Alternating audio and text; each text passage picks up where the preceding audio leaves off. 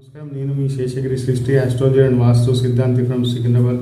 నేను ఈరోజు మీకు ధనుర్రాశి జూలై మాసాలను చెప్పబోతున్నాను. ఈ ధనుర్రాశి వారికి అర్ధాష్టమ శని జరుగుతుంది, అందరికీ తెలిసిన విషయమే. అయినప్పటికీ రాహు కొంత అనుకూలంగా ఉన్నాడు, గురువు కూడా సప్తమంలో ఉండి కొంత ప్రతికూలంగానే ఉన్నాడని చెప్పవచ్చు. వీరికి ఏ గ్రహాలు కూడా పెద్దగా అనుకూలించలేకపోవడం వల్ల ప్రతి పనిలోనూ ప్రతిబంధకాలు, ఇబ్బందులు, ఆటంకాలు ఎదురై చాలా మనసు అల్లకల్లోలంగా ఉంటుంది. ఏ పని చేద్దామన్నా ఆలోచనతోటే వీరికి ఎక్కువగా కాలం గడిచిపోతుంది.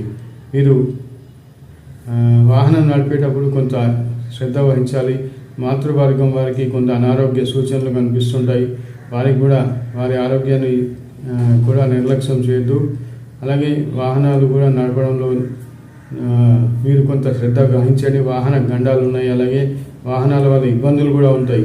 అంటే వాహనాలు డ్రైవ్ చేస్తున్నప్పుడు వాహనాలు సడన్గా ఆగిపోవడం, రిపేర్స్ రావడం, ఈ విధంగా ఏదో ఒక విధమైన అనుకోని సమస్యలు, ఖర్చులు, దానివల్ల ఖర్చులు, మానసిక ఒత్తిడి, ఇవన్నీ ఎక్కువగా ఈ రాశి వారిని ఈ మాసం వేధిస్తూ ఉంటాయి.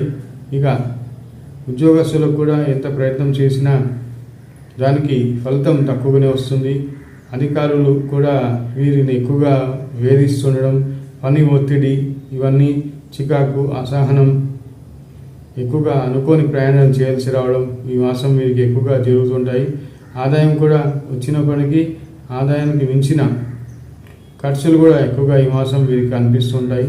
వివాహాది ప్రయత్నాల్లో కొంత సఫలత కనిపిస్తుంది. ఒక గురుబలం సప్తమంలో గురువు ఉండడం వల్ల కొద్దిగా వివాహ ప్రయత్నాలలో సఫలత కనిపిస్తుంది. జాయింట్ వ్యాపారస్తులకి లాభకరంగా ఉంటుంది, ప్రోత్సాహకరంగా ఉంటుంది, అభివృద్ధికరంగా ఉంటుంది.